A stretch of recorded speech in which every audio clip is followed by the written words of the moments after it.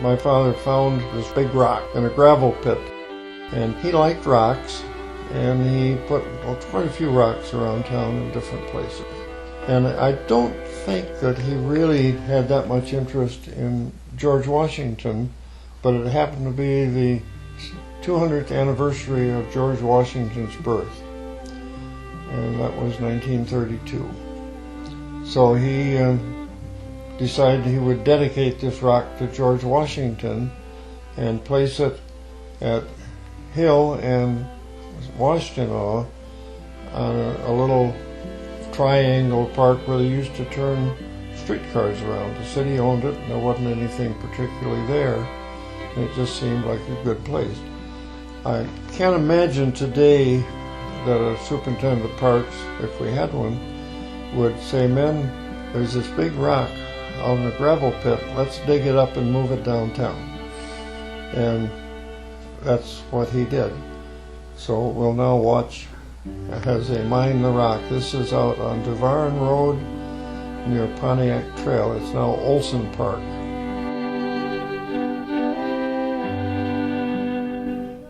The workers are WPA people that had gotten jobs to try to take care of the Depression. I don't know who that man is. What you see is a big mining operation. They're taking gravel out. And this was done in the wintertime. There's a real steam shovel.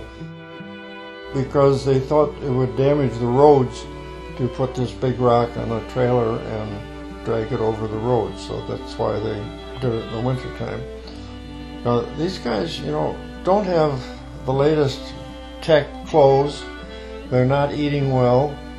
And yet they have to go out there and do really very physical work. The guy in the background, we'll have to worry about him later. Now see, these rails were loaned by the Michigan Central Railroad. The jack they're using is a railroad jack that they use to lift locomotives when they fall off the tracks.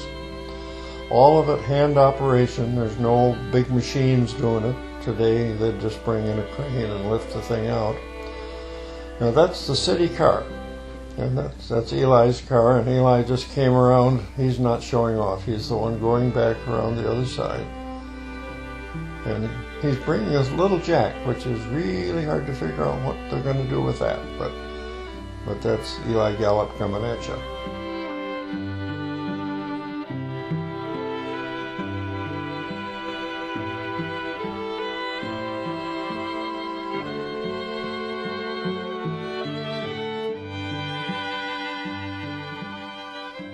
What they did, they jacked this thing up, got the rails under it, greased the rails, and then using block and tackle and ropes, dragged it up. And he got Snyder Excavating Company to loan him a steam shovel trailer with hard rubber tires, and then their trucks to pull it. All this was done because people cared about Ann Arbor. There's no money involved. Now, I have no idea why he's doing this, but maybe to get a smaller rock to put under something to support the rail. It had to have the right size, but you notice no safety glasses, just a little bit on the weird side. Got a friend to help.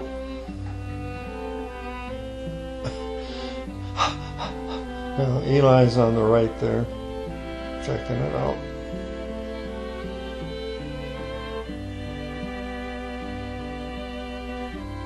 They took this rock and got it on the trailer, and then in those days Devarin connected to Whitmore Lake Road and came over the Whitmore Lake Bridge and came in Main Street, and we'll see that a little later here.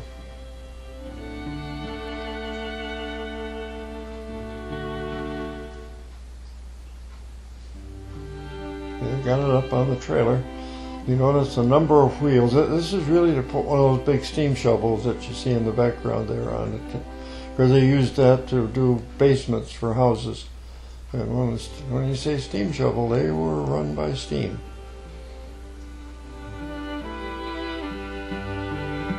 Again, really thoughtful of Snyder Excavating to let him use the trailer. And here we come in on Main Street. They had dual trucks just to pull it. They couldn't pull it with one truck. Economy, Baylor, a number of different buildings here on the left have disappeared. Those houses are still there. We're about to come to the Arbor Railroad track where it crosses over the Main Street. Now we're up on Hill Street, about where the rock will be placed. But when you think of having to have two trucks to pull it, and it was icy, you'll see that they even had a little trouble with, well, they got chains on the wheels.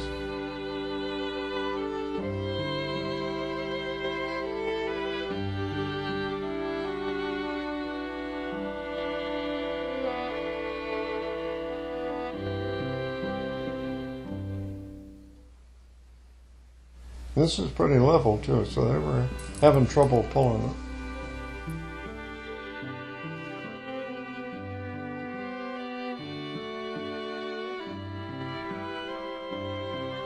Lots of manpower.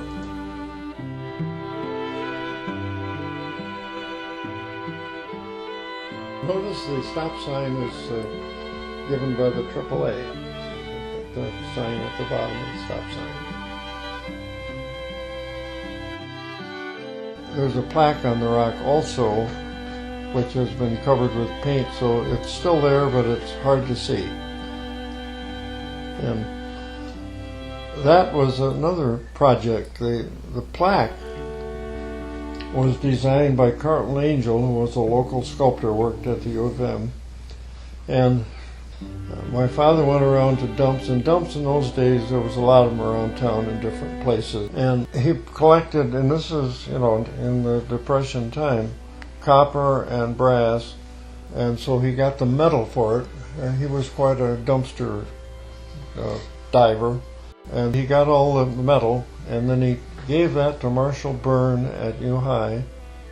And the class there, including my brother, made a form from it and cast the plaque. So again, the plaque was all free. But the rock in the 50s started to be painted pretty regularly.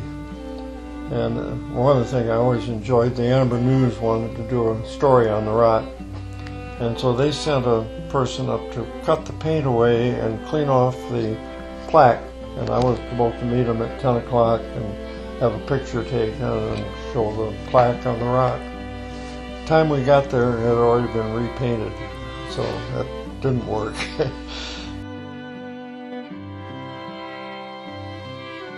So that's the story of the rock, pretty much.